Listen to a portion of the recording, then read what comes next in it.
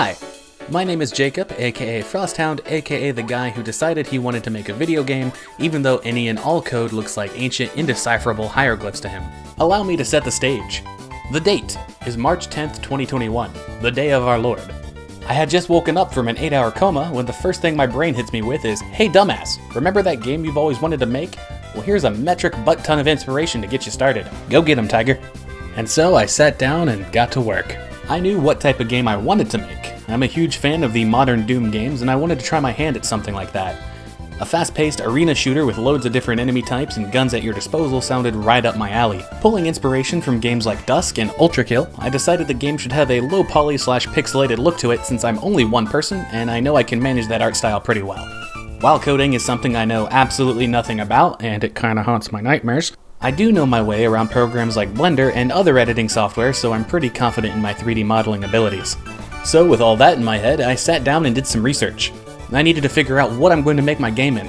I needed something that would be beginner friendly and still let me make the most amount of progress in the least amount of time. My game needed an engine to run. Imagine you're building a house. Your game is your house, and the engine you choose gives you the tools for the job.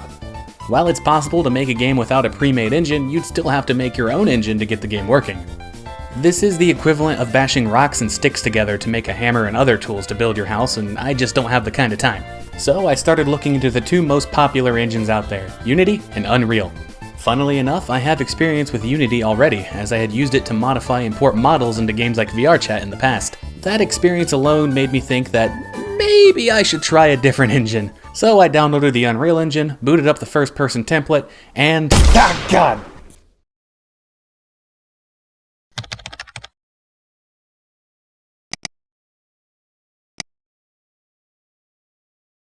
Yeah, maybe I should watch some tutorials first.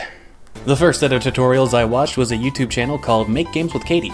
She goes over the basics of Unreal and does a great job explaining how to navigate the software and, oh hello, what's this? Blueprints? The prophecy is true.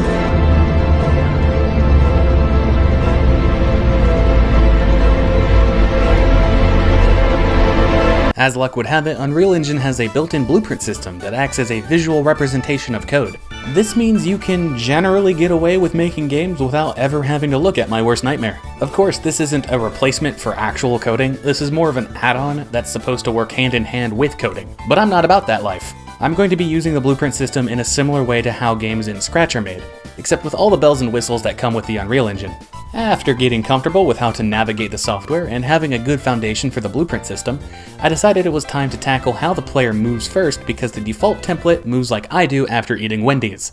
I want fast-paced movement reminiscent of old Doom/Quake games, so basically no sprint button, just really fast walking.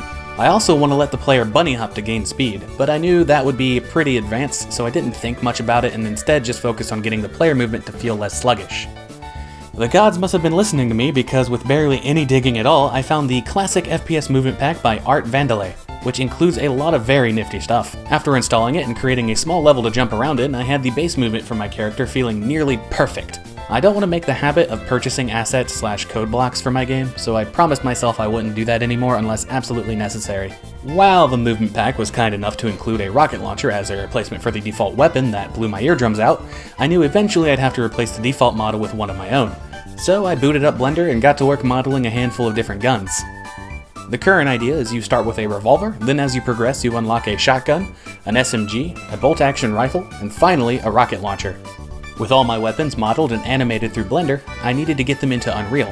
But in order to do that, I needed to work on my game's mechanics. I found a series of tutorials by the YouTube channel Devlog about how to make a first-person shooter, and while some of the videos did not necessarily apply to what I was making, every single one of them taught me something new and allowed me to get more comfortable with the blueprint system. Seriously, if you're new to this like me and you're looking into making games in Unreal, I highly recommend starting out with the YouTube channels Make Games with Katie and Devsquad. Both have been very valuable resources to learn from.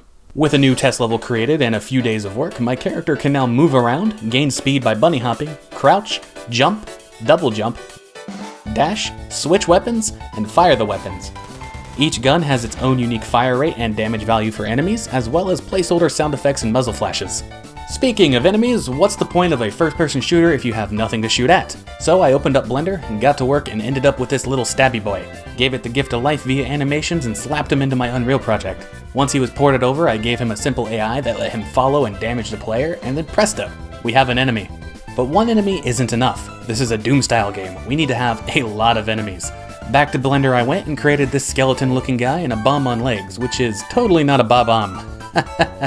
Please don't sue me, Nintendo. Now they're in Unreal and looking cute as hell, so I figured it's time to make an actual level. Taking inspiration from Dusk's first few levels and the fact that I'm from Ohio, I decided my demo level will be on a farm, specifically a corn farm. This means I can create a level that simulates a normal Ohioan Friday night, waking up cold and alone in a dark cornfield while being hunted by demons. Come to Ohio, we have corn and demons.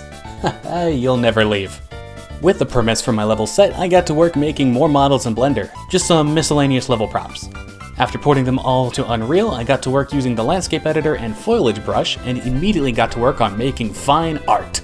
After getting used to the tools, I sat down and actually made the level this time.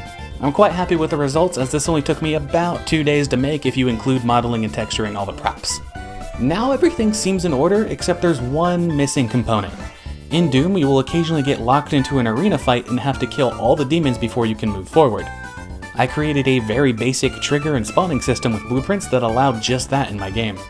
Now when you trigger an arena, multiple enemies spawn and the doors lock behind you with these placeholder wall thingies that only despawn after a certain amount of enemies are killed.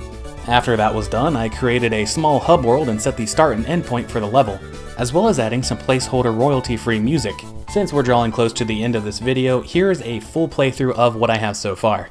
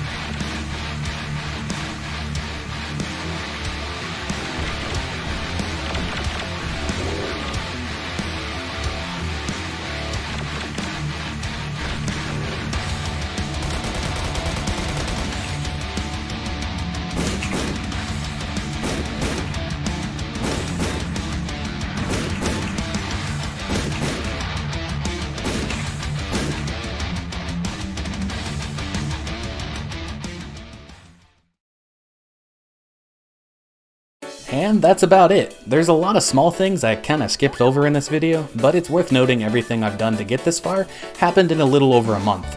I'm very happy with the results because, like I said at the start, I had no idea how to do any of this outside of 3D modeling. If you like this video, be sure to hit all the buttons every other YouTuber tells you to hit so I know there's interest in me continuing these devlog-esque videos. And I will see you all next time.